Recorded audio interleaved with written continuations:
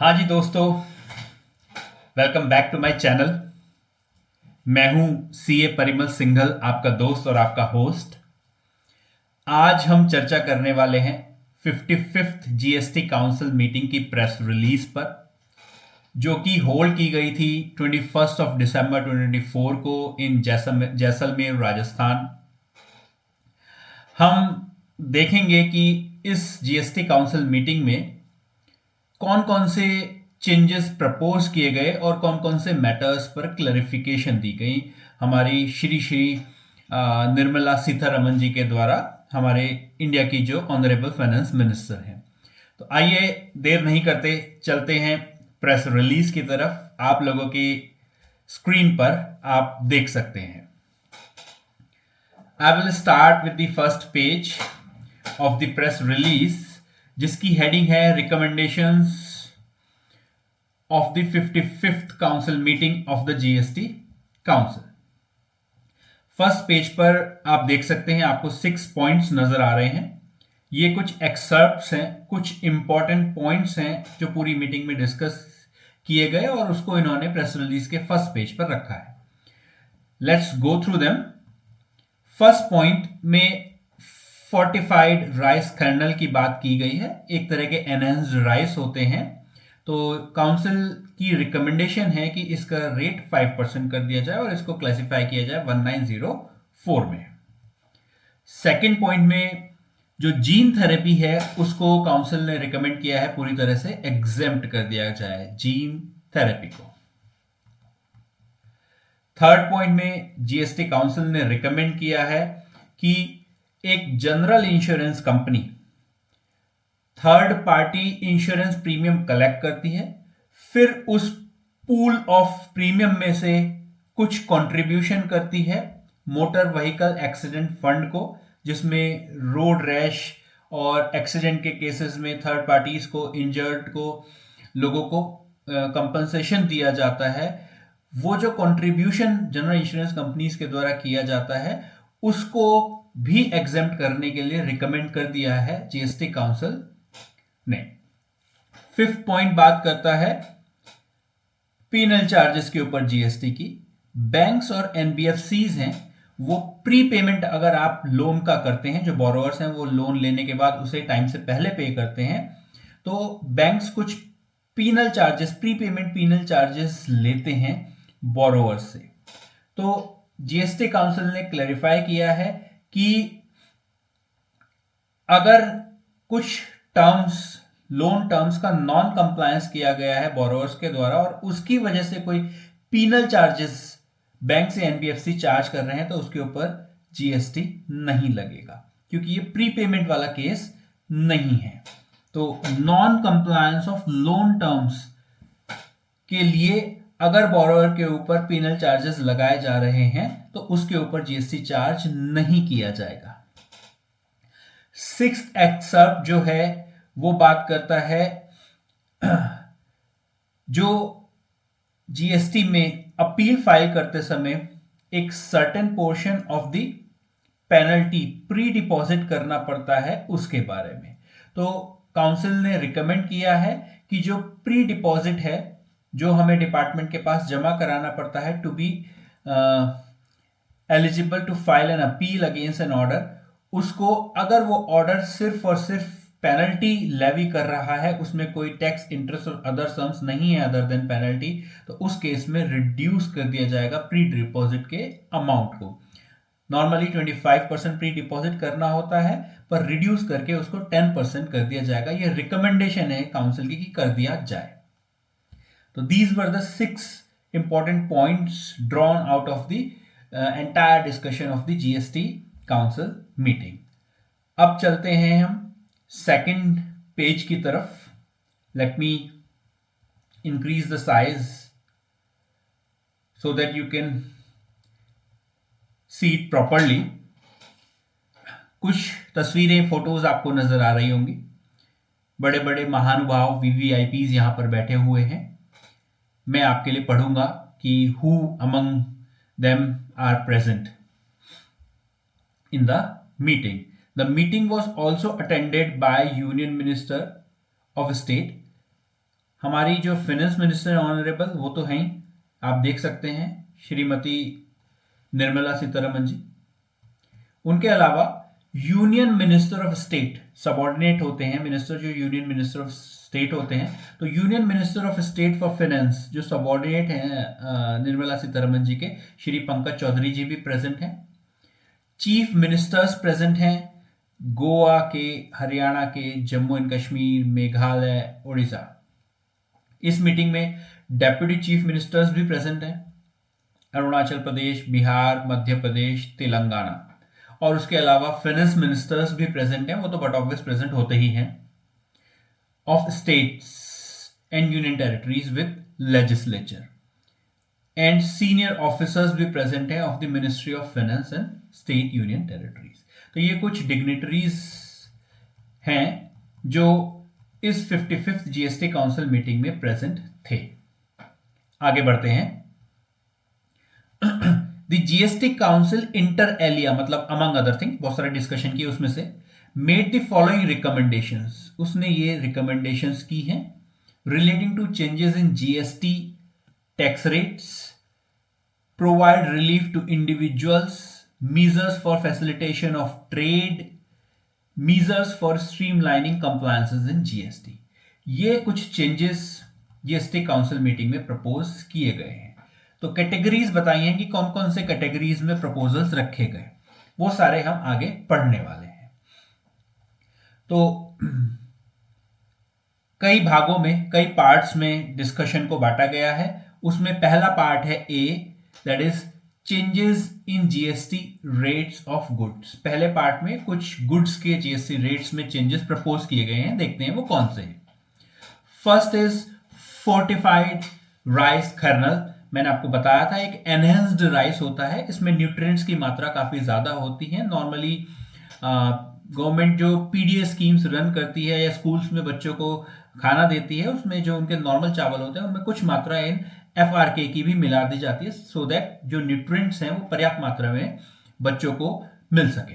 तो गवर्नमेंट ने प्रपोज किया है, I would say GST council ने प्रपोज किया है, not government to be technical, reduce कर दिया जाए जीएसटी रेट, कितना कर दिया जाए, 5% कर दिया जाए। और एचएसएन जो क्लासिफाई, जिस एचएसएन में क्लासिफाई करने के लिए रिकमेंड किया गया वो है 1904। Let's move to the second change in rate. Gene therapy की बात की गई कि जीन थेरेपी का तो रेट ही खत्म कर दिया जाए, इसको एग्जेम्प्ट कर दिया जाए, एग्जेम्प्ट पूरी तरह से जीएसटी से। Then third, to extend IGST exemption, IGST की एग्जेम्पशन बढ़ाकर इस चीज को भी दे दी जाए। हमारे देश में डिफेंस प्रोडक्शन को बीजेपी गवर्नमेंट के द्वारा बहुत बढ़ावा दिया जा रहा है। हम इवन बड़ी बड़ी मिसाइल्स बनाकर अब उन्हें एक्सपोर्ट भी कर रहे हैं दूसरे देशों को, गल्फ कंट्रीज को हमने एक्सपोर्ट भी किया है। तो उसी दिशा में प्रमोट करने के लिए डिफेंस प्रोडक्शन को LRSAM जो long range surface to air missile होती है, उसको, उसमें यूज होने वाले सिस्टम्स को, सब सिस्टम्स को, इक्विपमेंट को, पार्ट्स को, सब पार्ट्स को, टूल्स को, टेस्ट इक्विपमेंट को, सॉफ्टवेयर को, जो सब इनकी असेंबली में यूज होते हैं long range surface to air missile की असेंबली में, उन सबको जीएसटी की एग्जेम्पशन दे दी गई है, प्रपोज किया है जीएसटी काउंसिल ने कि दी जाए। Next point talks about the reduction in compensation cess to 0.1%। Compensation cess को 0.1% कर दिया जाए घटाकर, किस केस में, जब सप्लाई की जा रही है मर्चेंट एक्सपोर्टर्स को। किसको सप्लाई की जा रही है, मर्चेंट एक्सपोर्टर्स को, क्योंकि मर्चेंट एक्सपोर्टर्स को जब कुछ भी सप्लाई किया जाता है तो उसके ऊपर रिड्यूस्ड रेट लगता है 0.1% का, कंपनसेशन सेस लगता है ज्यादा। तो पैरेलल्स में लाने के लिए दोनों को, कंपनसेशन सेस को भी रिड्यूस करके 0.1% पर लाने के लिए प्रपोज किया गया है। Next point talks about IAEA, international atomic energy agency. इस एजेंसी की इंस्पेक्शन टीम अपने कामों को करने के लिए कुछ इक्विपमेंट विदेशों से इंपोर्ट करती है, कुछ कंज्यूमेबल सैंपल्स विदेशों से इंपोर्ट करती है, तो उसके ऊपर कोई जीएसटी नहीं लगाया जाएगा। ये प्रपोजल है। फिर से बता देता हूं, IAEA international atomic energy agency, इसकी इंस्पेक्शन टीम विदेशों से कुछ इक्विपमेंट्स मंगाती है, कुछ कंज्यूमेबल सैंपल्स मंगाती है, उसके ऊपर कोई जीएसटी चार्ज नहीं किया जाएगा, उसे एग्जेम्प्ट कर दिया जाएगा इंपोर्ट को। ये प्रपोजल है ऑब्वियसली, और I would rather use the word recommend. GST council recommend करती है, फिर सेंट्रल गवर्नमेंट और स्टेट गवर्नमेंट्स उन रिकमेंडेशंस को एनफोर्स करने के लिए नोटिफिकेशंस इशू करती हैं। तो ये सारी रिकमेंडेशंस पढ़ रहे हैं हम, और कुछ कुछ क्लैरिफिकेशन भी पढ़ रहे हैं और पढ़ेंगे भी। 6th point talks about concessional GST rate of 5%। Concession दिया जाए जीएसटी रेट में, और इस रेट को यूज किया जाए कहां पर? फूड इनपुट्स पर, जो फूड प्रिपरेशंस में यूज होते हैं। कौन से फूड प्रिपरेशंस में? जिनको फ्री डिस्ट्रीब्यूट किया जाता है टू इकोनॉमिकली वीकर सेक्शन। तो इकोनॉमिकली वीकर सेक्शन को कुछ फूड प्रिपरेशंस गवर्नमेंट बांटती है। उन फूड प्रिपरेशंस को बनाने के लिए 1, 2, 3 एक्सेट्रा फूड इनपुट्स यूज होते हैं। उन फूड इनपुट्स को कंसेशनल 5% के जीएसटी रेट का फायदा दिया जाए। This is the gist of point number 6। Now let's talk about some services. इनमें भी कुछ जीएसटी रेट और अदर चेंजेस की बात करते हैं। सर्विसेज का फर्स्ट पॉइंट बात करता है स्पॉन्सरशिप सर्विसेज की। स्पॉन्सरशिप सर्विसेज आप सब लोगों ने बहुत सुनी होंगी।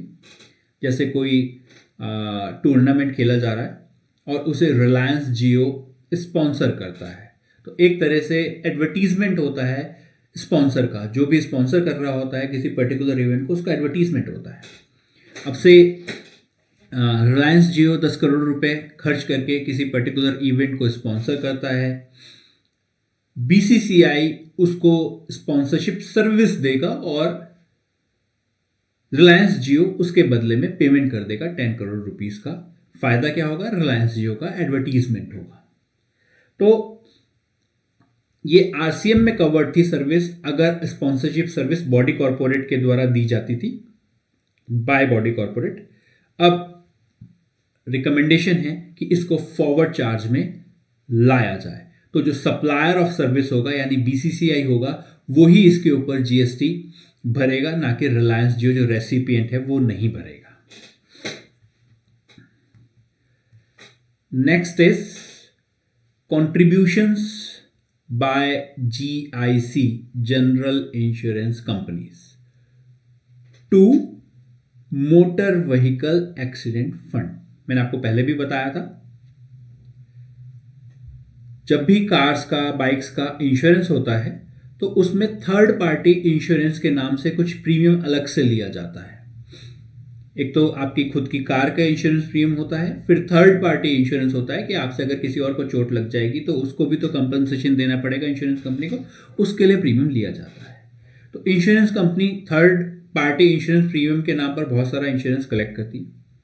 फिर उस इंश्योरेंस कलेक्शन में से वो कुछ कंट्रीब्यूशन करती है towards motor vehicle accident fund, जिसमें से रोड रैश के केसेस में जो घायल होते हैं लोग, उनको कंपनसेशन दिया जाता है। तो ये जो कंट्रीब्यूशन कर रही है जनरल इंश्योरेंस कंपनीज, इसको एग्जेम्प्ट करने के लिए रिकमेंड किया गया है कि जो भी वो कंट्रीब्यूट करेंगे उसके ऊपर जीएसटी नहीं लगेगा। Next point, third point, talks about hotels and restaurant services in those hotels. Important point है, let's read it first. To omit the definition of declared tariff. Recommendation है कि जो declared tariff की definition है उसको omit कर दिया जाए, and suitably amend the definition of specified premises. और जो specified premises की definition है उसे suitably amend कर दिया जाए. From the services rate and exemption notification. अब ये टर्म्स कहाँ कहाँ यूज होते हैं? ये जो आपकी सर्विसेज की रेट की एग्जाम नोटिफिकेशन है उसमें यूज होते हैं, और एग्जेम्पशन नोटिफिकेशन है उसमें यूज होते हैं। तो वहां पर इनको ठीक किया जाएगा, मतलब डिक्लेयर टैरिफ की डेफिनेशन को उड़ा दिया जाएगा वहां से, और स्पेसिफाइड प्रीमाइसेस की डेफिनेशन में अमेंडमेंट किया जाएगा सुटेबल। ये क्यों कर रहे हैं हम? To link it with actual value of supply of any unit of accommodation provided by the hotel, and to make the rate of GST applicable on restaurant services in such hotels for a given financial year dependent upon the value of supply of units of accommodation made in the preceding financial year. That is 18% with ITC if the value of supply exceeded 7,500 for any unit of accommodation in the preceding financial year, and 5% without ITC otherwise. अभी तक existing law में ये जो GST decide किया जाता है कि 5% लगना है, या से 12% लगना है, या 18% लगना है, for example I am telling you, तो वो डिक्लेयर्ड टैरिफ के बेसिस पर लगता है कि होटल में किसी भी रूम का अगर टैरिफ डिक्लेयर्ड टैरिफ जो है, एक्चुअल की नहीं डिक्लेयर्ड की बात कर रहे हैं, 7,500 रुपीज़ पर नाइट से ज़्यादा है, तब उस केस में 18% का रेट अप्लाई होता है, और 7,500 तक है तो दूसरा रेट अप्लाई होता है। अब डिक्लेयर्ड टैरिफ से हटाकर इसको लिंक किया जा रहा है एक्चुअल वैल्यू ऑफ सप्लाई से, कि डिक्लेयर्ड टैरिफ कुछ भी हो, आप रूम को एक्चुअल में किराए पर कितने में चढ़ा रहे हैं। अगर एक्चुअल वैल्यू ऑफ सप्लाई जो होगी वो 7,500 से ज्यादा होगी तब 18% का रेट लगेगा, अदरवाइज 18% का रेट नहीं लगेगा। और 18% का जब रेट लगता है तो ITC क्लेम कर सकता है सर्विस प्रोवाइडर, पर अगर वो 5% का रेट यूज कर रहा होता है तो वो ITC क्लेम नहीं कर सकता। ये रेस्टोरेंट सर्विसेज से लिंक कर कर हम पढ़ रहे हैं कि रूम टैरिफ क्या है होटल में, उससे रेस्टोरेंट सर्विसेज उस होटल से जो प्रोवाइड की जा रही है वहां क्या GST रेट लगेगा, हम ये डिस्कशन कर रहे हैं।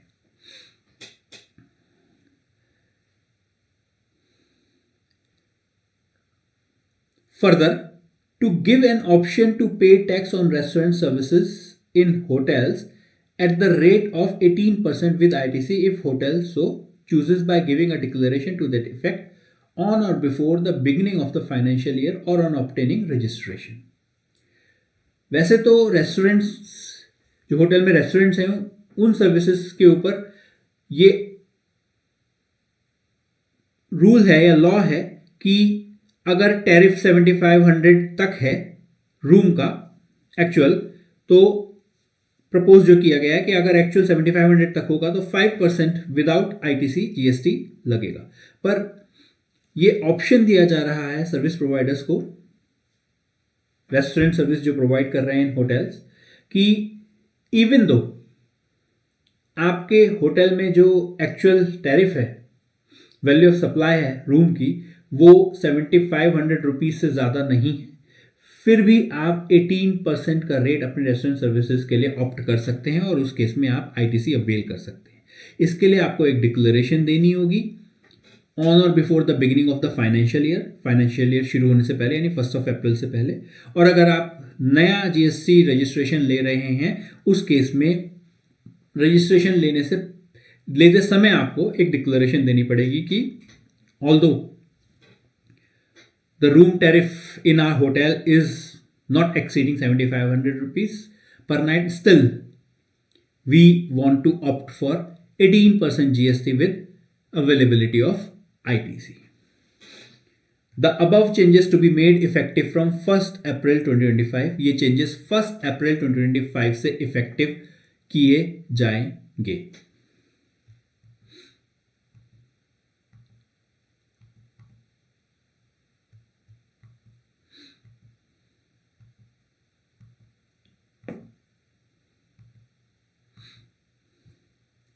तो यहां लिंकिंग की बात हो रही है पॉइंट नंबर 3 में। Let me clarify it once more. पहले रेस्टोरेंट सर्विसेज पर होटल्स में क्या GST रेट लगेगा, 18% विद ITC लगेगा या 5% विदाउट ITC लगेगा, it was dependent upon the declared tariff. अगर डिक्लेयर्ड टैरिफ किसी भी रूम का 7,500 रुपीज से ज्यादा होता था तो 18% रेस्टोरेंट सर्विसेज पर टैक्स लगता था, और अगर 7500 तक होता था डिक्लेयर्ड तो 5%। पर अब इसको एक्चुअल वैल्यू ऑफ सप्लाई से, यानी एक्चुअल टैरिफ से, actual price of the room से लिंक किया जाएगा। Now let's talk about point number 4। Point number 4 के शुरू में मैंने एक छोटा सा डायग्राम बनाया, आप देख सकते हैं। उसमें यूआरपी सर्विस दे रहा है एक कंपोजिट डीलर को। यूआरपी यानी कि अनरजिस्टर्ड पर्सन सर्विस दे रहा है कंपोजिशन डीलर को। सर्विस कौन सी दे रहा है? Renting of immovable property. Which immovable property? A commercial immovable property, कोई रेजिडेंशियल प्रॉपर्टी नहीं, कॉमर्शियल इमूवेबल प्रॉपर्टी वो किराए पर दे रहा है। तो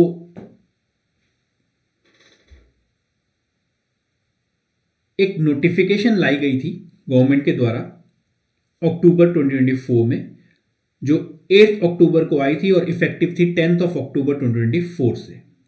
ये नोटिफिकेशन नंबर 9/2024 थी। इसमें आरसीएम में कवर कर लिया गया था रिवर्स चार्ज मैकेनिज्म में, अगर एक URP that is unregistered person, एक आरपी यानी रजिस्टर्ड पर्सन अंडर जीएसटी को रेंट पर देता था कॉमर्शियल प्रॉपर्टी, इमूवेबल प्रॉपर्टी, तो उस केस में जो रेसिपिएंट ऑफ सर्विस होता था रजिस्टर्ड पर्सन अंडर जीएसटी, उसको आरसीएम में रिवर्स चार्ज मैकेनिज्म में जीएसटी भरना होता था विद इफेक्ट फ्रॉम 10 अक्टूबर 2024।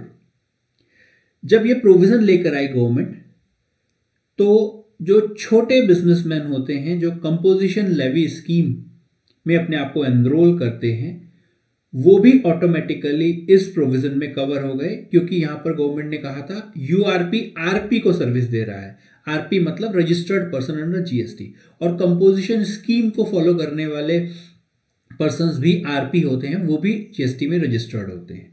तो इस प्रोविजन में वो भी कवर हो गए, और उनको भी रिवर्स चार्ज मैकेनिज्म में अगर उन्होंने किसी यूआरपी से कोई कमर्शियल प्रॉपर्टी किराए पे ले रखी थी तो टैक्स भरना पड़ रहा था। तो गवर्नमेंट ने जीएसटी काउंसिल ने रिकमेंड किया है कि अब जो कंपोजिशन लेवी स्कीम वाले रजिस्टर्ड पर्सन हैं उनको इस दायरे से बाहर कर दिया जाएगा, उनको आरसीएम में टैक्स नहीं देना पड़ेगा। कब से? जब नोटिफिकेशन निकालेगी गवर्नमेंट इस कॉन्टेक्स्ट में। और गवर्नमेंट ने यह भी बोला है कि जब तक वो नोटिफिकेशन नहीं आ जाती तब तक एज इज वेयर इज चलेगा, यानी जिसने दे दिया आरसीएम दे दिया। जब वो नोटिफिकेशन आ जाएगी उस डेट से फिर कंपोजिशन डीलर्स को आरसीएम में इस पर्टिकुलर सर्विस के ऊपर टैक्स नहीं देना पड़ेगा। I hope I am making the points clear and you are being able to comprehend what is being conveyed by me. आगे बढ़ते हैं।